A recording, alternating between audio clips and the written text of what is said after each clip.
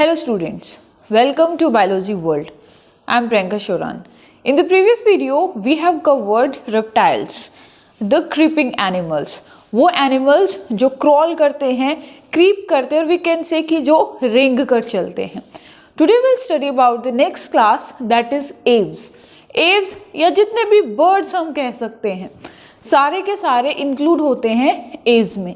ठीक है, जितने भी birds हैं सभी बर्ड्स को हम एक ग्रुप में इंक्लूड करते हैं and that class is known as Aves. Aves को ग्लोरिफाइड रेप्टाइल्स भी कहा जाता है बिकॉज इनके अंदर क्या है, विंग्स आ जाते हैं, फेदर्स आ जाते हैं, जिसके कारण कुछ जो रेप्टाइल्स हैं उन्होंने उड़ना शुरू कर दिया और उनको हम उनमें कुछ मॉडिफिकेशन आई और उन्हें एक नए ग्रुप में इंक्लूड कर दिया, एक नए ग्रुप उनका बना दिया, that is known as aves और we can call them birds. ठीक है, तो बर्ड्स की अगर स्टडी करें, ठीक है, तो एव्स में सारे बर्ड्स आ जाएंगे, जितने भी बर्ड्स हैं वो सभी किस में आ जाएंगे, एव्स में आ जाएंगे. And the study of birds के बारे में पढ़ना, उनकी habitat, physiology, morphology, that is known as ornithology. क्या कहेंगे इसको, ऑर्निथोलॉजी. ठीक है, बर्ड्स की जो स्टडी है ऑर्निथोलॉजी कहलाती है. एंड एक क्वेश्चन बर्ड से रिलेटेड अगर हम बात करते हैं तो डॉक्टर सलीम अली का नाम आता ही आता है, जिनको कहा जाता है बर्ड मैन ऑफ इंडिया. और बहुत बार क्वेश्चन आता है that who is known as the bird man of India, then he is doctor Salim Ali. So they are the glorified reptiles और we can call the winged animals, ऐसे animals जिन पे पंख हैं, फेदर्स हैं, जो उड़ सकते हैं. अब जो बर्ड्स हैं वो वार्म ब्लडेड एनिमल्स होते हैं. देखो, बर्ड्स से पहले they were the cold blooded animals, मतलब अपना बॉडी टेम्परेचर मेंटेन नहीं कर सकते. लेकिन बर्ड्स क्या हैं, बर्ड्स हो गए, मैमल्स हो गए, ये वार्म ब्लडेड कहलाते हैं, जो अपना इंटरनल जो कंडीशंस हैं उन सभी को रेगुलेट कर सकते हैं, कंट्रोल कर सकते हैं, या फिर बिल्कुल एक जैसी हैं उन्हीं को सेम मेंटेन करके रख सकते हैं. ठीक है, तो जो वार्म ब्लडेड है जैसे वो पोइकिलोथर्मस कहलाते हैं, इनके लिए हम वर्ड यूज करते हैं होमियोथर्मस या होमियोथर्मिक. एनिमल्स क्या कहलाएंगे, homeothermic. Homeo that is for the same, thermic that is temperature, कि जो अपनी इंटरनल बॉडी कंडीशंस को मेंटेन करके रख सकते हैं, बॉडी टेम्परेचर को मेंटेन करके रख सकते हैं, वो कहलाते हैं वार्म ब्लडेड या होमियोथर्मिक. ठीक है, अच्छा इसको होमो मत लिख देना, होमो ठीक है वो अलग हो जाएगा, वो ब्लड के लिए. तो दिस इज द होमियोथर्मिक, टेम्परेचर से रिलेटेड है. बॉडी की बात करें तो जो बर्ड्स हैं उनकी बॉडी होती है बोट शेप.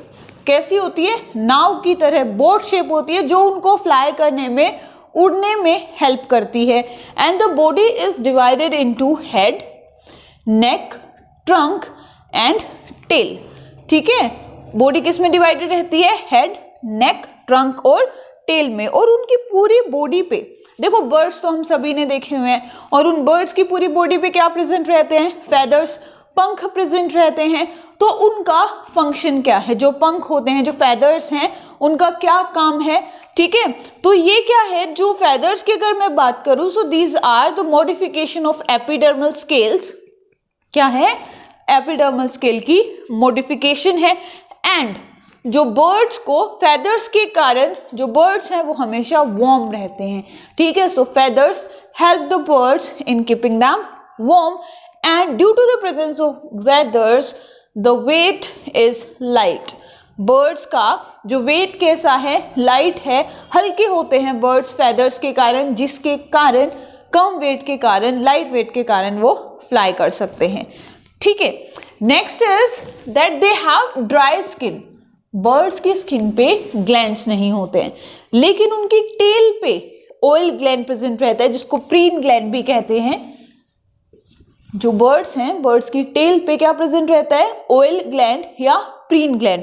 क्या काम करता है ये, कि जो उनके फेदर्स हैं, उस जो टेल से जो ऑयल निकलेगा, प्रीन ग्लैंड से जो ऑयल निकलेगा, वो सारे के सारे जो इसके फेदर्स हैं उनको क्लीन करने में, ठीक है, मॉइस्ट करने में हेल्प करता है. जो विंग्स होते हैं, ठीक है। बर्ड्स के जो विंग्स हैं, these are the modification of the fore limb. देखो जो हमारे हाथ हैं ये फोर लिम्ब कहलाते हैं, जो हमारे पैर है ये हिंड लिम्ब कहलाते हैं, ठीक है, four limb and the hind limbs. तो जो बर्ड्स के जो विंग्स होते हैं, ठीक है, ये विंग्स क्या होते हैं, these are the modification of fore limb. और जो उनके हिंड लिम्ब्स होते हैं, हिंड लिम्ब्स के ऊपर ही स्केल्स पाए जाते हैं और वो इस तरीके से बने होते हैं कि पर्चिंग करने में, पेड़ों को पकड़ने में, प्रे को कैप्चर करने में, ठीक है, इन सब में हेल्प करते हैं। डाइजेशन की बात करें तो वैसे तो सारा सेम ही होता है, लेकिन जो ईसोफेगस है, फूड पाइप है, वो दो नए एडिशनल ऑर्गन्स की फॉर्मेशन करता है, ठीक है, that is known as crop and gizzard. क्या बोलेंगे, क्रॉप और गिजर्ड। तो क्वेश्चन आता है कि क्रॉप और गिजर्ड किसकी मॉडिफिकेशन है। So these are the modification of oesophagus that is food pipe. क्या काम करेगा, क्रशिंग करने में, फूड को स्टोर करने में, ठीक है, हार्ड मैटर जो खाता है बर्ड्स उसको क्रश करता है, ग्राइंडर की तरह काम करता है, ठीक है, गिजर्ड। और क्रॉप क्या करता है, फूड को स्टोर करके रखता है। They have a 3 chambered cloaca, ठीक है, क्लोएका प्रेजेंट रहता है, 3 चैम्बर है।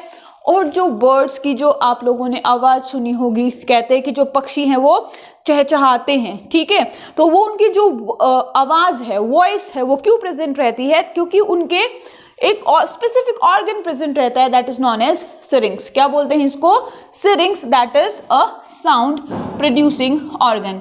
What we will call it, a sound producing organ, ठीक है।